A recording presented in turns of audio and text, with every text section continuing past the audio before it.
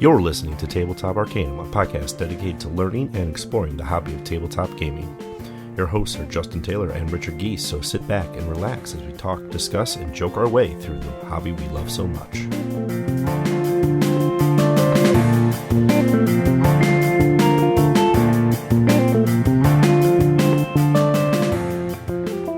Enter the futuristic universe of Red Rising, based on the book series by Pierce Brown featuring a dystopian society divided into 14 castes. You represent a house attempting to rise to power as you piece together an assortment of followers. Will you break the chains of society or embrace the dominance of the golds? Welcome to Tabletop Arcanum. This is Justin, and I'm bringing you today a review of Red Rising, the newest board game from Jamie Stonemaier and Stonemaier Games. This is a 1 to 6 players. It plays in 45 to 60 minutes. Has an MSRP of $65 US. I'm gonna go off and start with first impressions and first kind of outcomes. It's a hand drafting game where you're really just manipulating the available cards, either claiming a card, playing a card, moving some things, and getting some points. The first impressions of the game is it's highly thematic. It really leans into the Red Rising universe, world, characters, and really puts together a very beautiful, complete package. In the collector's edition, you have upgraded components. The board and the tray and the cards are all nice, big tarot-sized cards, so you have a lot of really neat components. All the cards have unique art. The whole presentation is really high quality, which for most Stonemaier games isn't very unsurprising at that point. So first impressions, I was looking for a game that might have some mechanics and marry the theme and kind of blend it all together. And the Red Rising series is something I've read before and was interested in seeing how a game set in this universe would go. That all being said, let's talk about some of the good things that Red Rising does. It keeps a lot of the mechanics on the simpler side, so this is a little bit of an easier to approach game. It does support the Automa 1-player model and can go up to 6 players, which is actually always a nice bump. A lot of games do kind of bump up to that 4-player limit and doesn't really offer a lot more for larger play groups. And it does play pretty quickly, which is all really good stuff. If you're a fan of the series, you're going to be seeing named characters that you're familiar with, the different casts, and you're going to really get a sense of this world. That all being said, the rules are relatively on the simple side and light side, which I do really enjoy.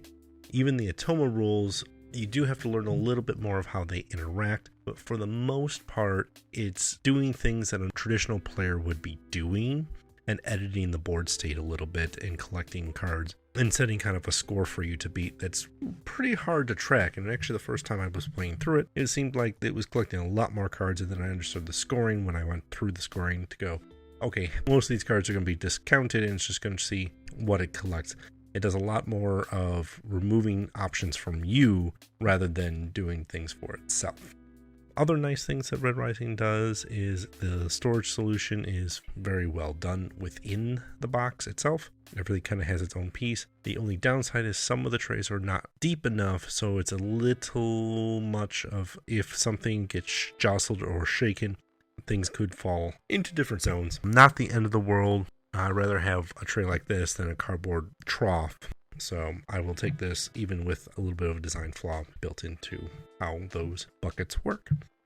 The one nice thing is one of the resources that you collect has a removable tray, so you can just plop that on the board and you're ready to go. And everything else, that player pieces, again, you take out the player colors that you're using and then move on.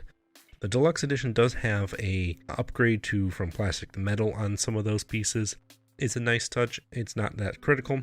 One other thing I will say is the collector's edition also has gold caste cards. It's a nice to have, not a need to have. And they also come with 6 colored trays to hold your cards up right.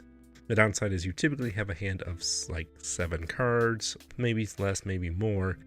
So those trays really aren't big enough for all the information you need to read on those cards.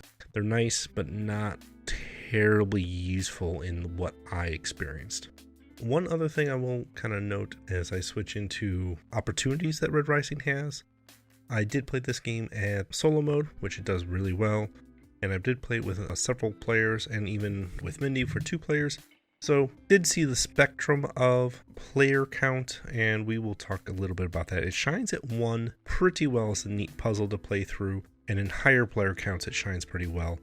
The 2-player count is actually where I found to be the most lackluster, as the Atoma does a lot more per turn, so it almost feels like you're playing with 3 players as far as actions and cards going down.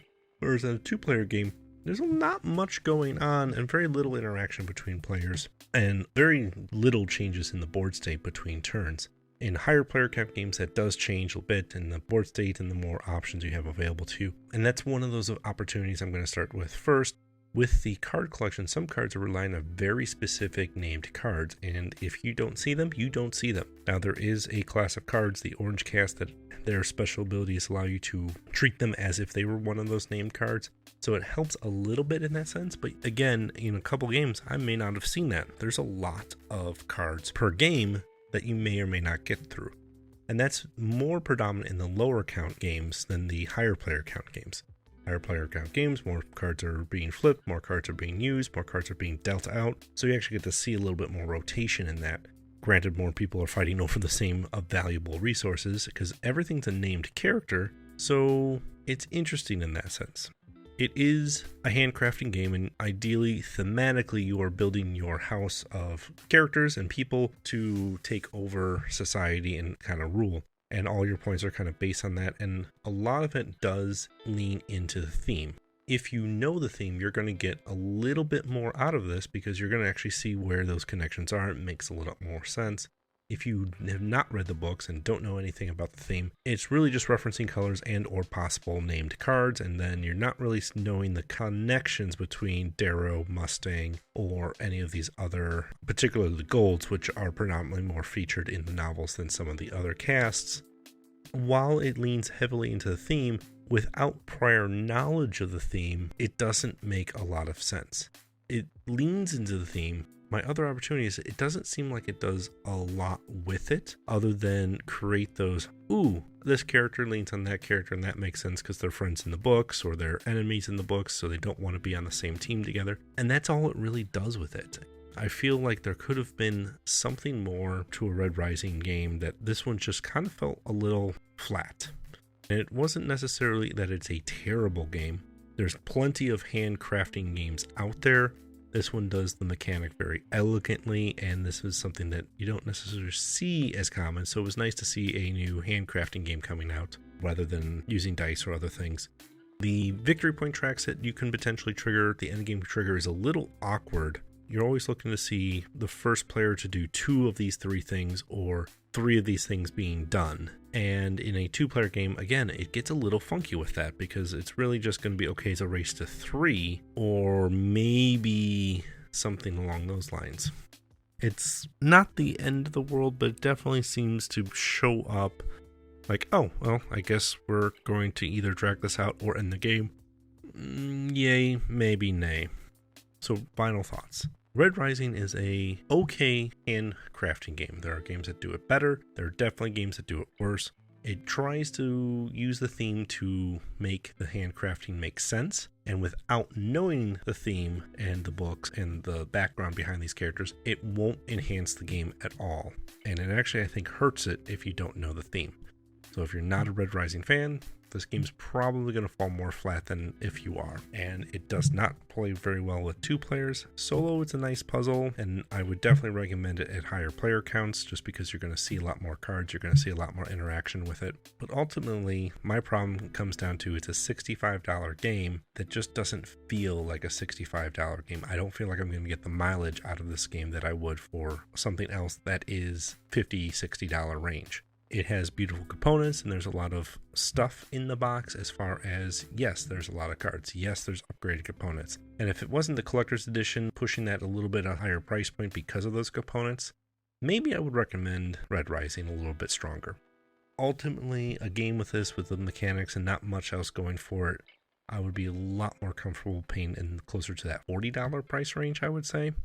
That's just my opinion, and there is a little bit of presentation to the game, so I will give it a benefit of the doubt there, but not enough to make me feel like it's worth it from the base mechanics alone. If you're a fan of the series, I would recommend Red Rising if you're looking for a slightly different type of game, or something that's just a fun solo game that you're looking for that isn't necessarily a roll and write or something else that you're playing with that.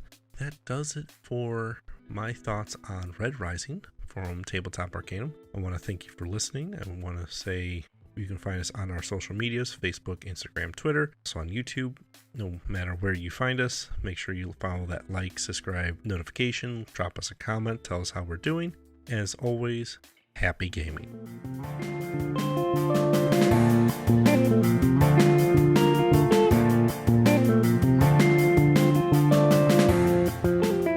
You've been listening to Tabletop Arcanum, produced by Justin Taylor. This episode is hosted by Justin Taylor. Mixing and editing by Richard Giese. Original theme by Paul Moore and Issac Gilbert. Check the description for this episode's featured background music. You can follow us on most social media platforms. Be sure to like, subscribe, and follow, and leave us a review if you would. As always, thanks for listening.